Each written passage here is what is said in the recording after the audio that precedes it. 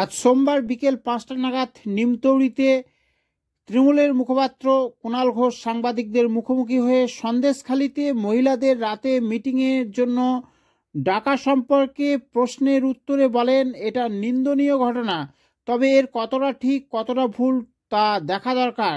তিনি ঠিক কি বললেন শুনুন। এই যে ওখানকার মহিলারা বলছেন রাত্রিবেলায় মিটিং বসতো, ডাক পড়তো পার্টি অফিসগুলোতে, ক্যাম্পগুলিতে। দেখুন, এটা এর মধ্যে না, প্রথম কথা সমর্থন করার যোগ্য নয়, কিন্তু এর যদি হয়ে থাকে অত্যন্ত খারাপ। কিন্তু এর মধ্যে যতটা বলা হচ্ছে সেটা কতটা ঠিক এবং কতটা সিপিএম বা বিজেপি শিখিয়ে দেয়া যারা বলছেন তারা কি সুটিয়া ভুলে গেলেন? বামফ্রন্ট জমানা সুটিয়া, যেখান থেকে বরুণ বিশ্বাসের উত্থান, যার প্রতিরোধে তো সুটিয়া ভুলে গেলেন।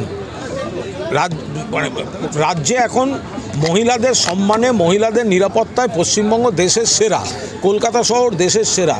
এখন যদি কেউ কোনো বিচ্ছিন্ন আপত্তিকর সামাজিক অপরাধ করে থাকেন সেটা তো নিন্দনীয়, কিন্তু সেটাকে সোশ্যাল মিডিয়া বা আজকের দিনের বহুল প্রচারিত মিডিয়ার সাহায্য নিয়ে সেটাকে একটা নেগেটিভ ক্যাম্পেনের জায়গায় নিয়ে যাচ্ছে কিনা সেটাও নিশ্চয়ই দেখার।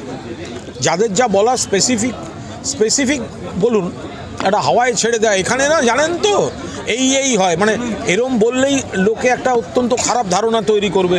তো সুতরাং এগুলো সেরম পরিকল্পিত চিত্রনাট্য কিনা সেটাও নিশ্চিতভাবে দেখার।